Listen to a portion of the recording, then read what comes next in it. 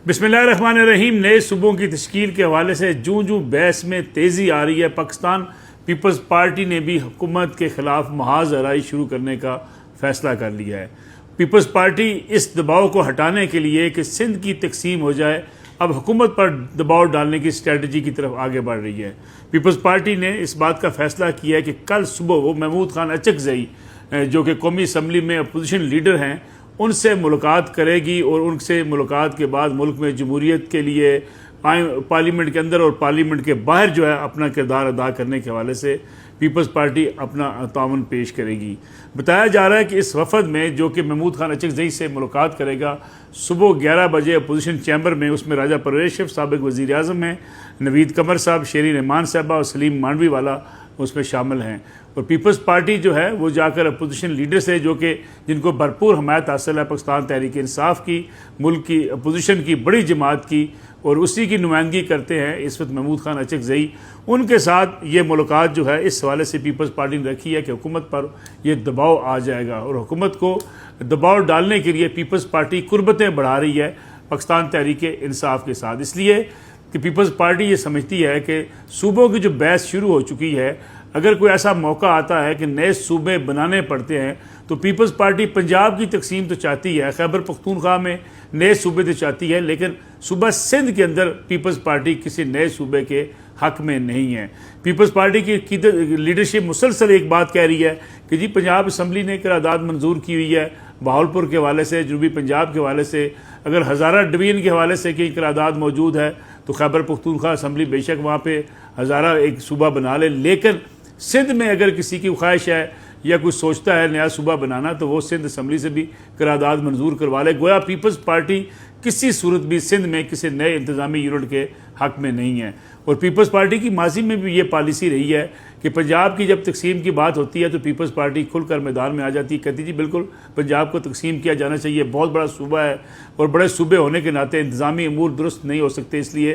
पंजाब में नए सूबे बन जाना बड़ा ज़रूरी है। लेकिन अगर सिंध की जब बात आती है तो पीपल्स पार्टी को लगता दुम पर पाँव आ जाता है, पीपल्स पार्टी कूद कर मैदान में आ जाती है, नहीं जी नहीं, सिंधु देश, सिंध को हम तकसीम नहीं करने देंगे। इस हवाले से पीपल्स पार्टी मौजूदा हुकूमत को टफ टाइम देना चाहती है, चाहती है कि वो ये तासर दे कि वो पीटीआई के साथ भी जा सकते हैं। गोया अगर पीटीआई के साथ उनका कोई इत्तेहाद बन जाता है या पार्लियामेंट के अंदर वो पीटीआई को सपोर्ट करते हैं और पार्लियामेंट से बाहर पीटीआई के मौक़िफ़ को सपोर्ट करते हैं तो हुकूमत के लिए मुश्किलात बढ़ सकती हैं। आज़ाद कश्मीर के इंतखाबात में भी पीपल्स पार्टी ने एक प्रेशर टैक्टिक्स इस्तेमाल किया, दबाव डाला हुकूमत के ऊपर और बार बार इंतखाबात के शफाफ होने की बात की, फिर फॉर्म 47 का तज़किरा किया। हालांकि पीपल्स पार्टी खुद बेनिफिशरी है इस पूरे निज़ाम की, लेकिन इसलिए हुकूमत को निशाना बनाया कि जो सूबों की बात की जा रही है उस हवाले से अगर इस्टेब्लिशमेंट हो या हुकूमत हो वो दो कदम आगे ना आ सके। पीपल्स पार्टी अगरचे माजी में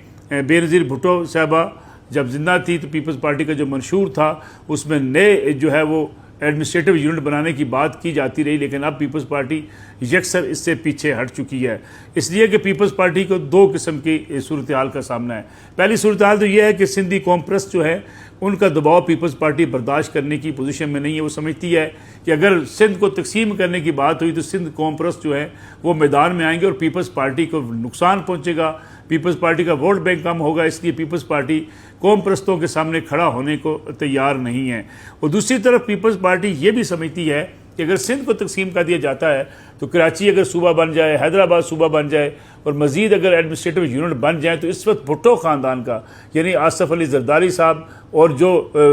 भुट्टो साहब ख़ानदान का जो इस वक्त बेनज़ीर की औलाद है जिसमें बिलावल भुट्टो ज़रदारी हैं, आसफ़ा भुट्टो हैं, उनकी गिरफ्त जो है वो सिंध के ऊपर कमज़ोर हो सकती है। नए लीडर्स जो है वो पीपल्स पार्टी में आगे आ जाएंगे और जो एक ख़ानदानी सियासत की ग्रिप है उसमें कमी आ जाएगी। यही कुछ कहा जाता है पंजाब के हवाले से भी। पंजाब में शरीफ फैमिली जो है, पंजाब के ऊपर उनका इख्तियार है और वो भी नहीं समझते कि अगर पंजाब की तकसीम होती है तो पंजाब में मुख्तलिफ नए ख़ानदान में नए सियासी रहनुमा आगे आएँ और नए सूबे बनाने के बाद पार्टी के अंदर से ओहदेदारान को जो है हुकूमती मामलात में शामिल करना पड़े। दूसरी तरफ पीपल्स पार्टी जो है ख़ास तौर पे अगर बात की जाए माजी की भी तो उसमें भी आपको नज़र आता है कि पीपल्स पार्टी काला बाग डैम के हवाले से उसका पंजाब की जो पीपल्स पार्टी की जो तंजीम थी, पंजाब में पीपल्स पार्टी कुछ और मौक़िफ़ रखती थी, उनका मौक़िफ़ कुछ और था। पंजाब असम्बली में भी अगर कालाबाग डैम पर बहस होती थी तो पीपल्स पार्टी का मौक़िफ़ सिंध की पीपल्स पार्टी से मुख्तलिफ था। सिंध में पीपल्स पार्टी का कालाबाग डैम के हवाले से बिल्कुल एक दूसरा मौक़िफ़ था, और उसकी वजह भी ये थी कि कौम परस्तों ने जिस तरीके से कालाबाग डैम के हवाले से एक माहौल बनाया हुआ था, उस बारे में पीपल्स पार्टी किसी सूरत भी हेड ऑन लेने को तैयार नहीं थी कि वो कौम परस्तों के हवाले से या उनके मौक़िफ़ के हवाले से उनके सामने आन खड़ी हो। तो गोया एक मुफादात का एक ऐसा जो है वो लिंक पैदा हो चुका है, जिसके नतीजे में नए एडमिनिस्ट्रेटिव यूनिट अब जो है उस पर बहस भी अगर होती है तो पीपल्स पार्टी उस बहस का रुख पंजाब की तरफ मोड़ने की कोशिश करती है। जाएँ पंजाब को तकसीम करें, जाएँ KP को तकसीम करें, सिंध की तरफ देखना जो है वो मत सोचिएगा। MKM इसका फ़ायदा उठा रही है। MKM मैदान में उतरी हुई है और बार बार मुतालबा कर रही है कि सिंध के अंदर भी जो है वो तकसीम की जाए, और कराची को और हैदराबाद को इन मुख्तलिफ जगहों पे जहाँ भी इंतज़ामी यूनिट बन सकते हैं वहाँ पे नए इंतज़ामी यूनिट्स बना दिए जाएँ। पाकिस्तान के अंदर अगर देखा जाए तो ये एक बड़ी लंबी डिबेट है, जिसका कई सालों से जो आगाज़ हो चुका है। बारहा इस पर बात भी की जाती है, मुख्तलिफ डायलाग हुए, मुख्तलिफ तजावीज़ सामने आई। अगरचे नए सूबे ना बन सके, लेकिन ये बहस अब रुकने का नाम नहीं ले रही। पिछले अगर 1 साल के दौरान देखा जाए तो इस पर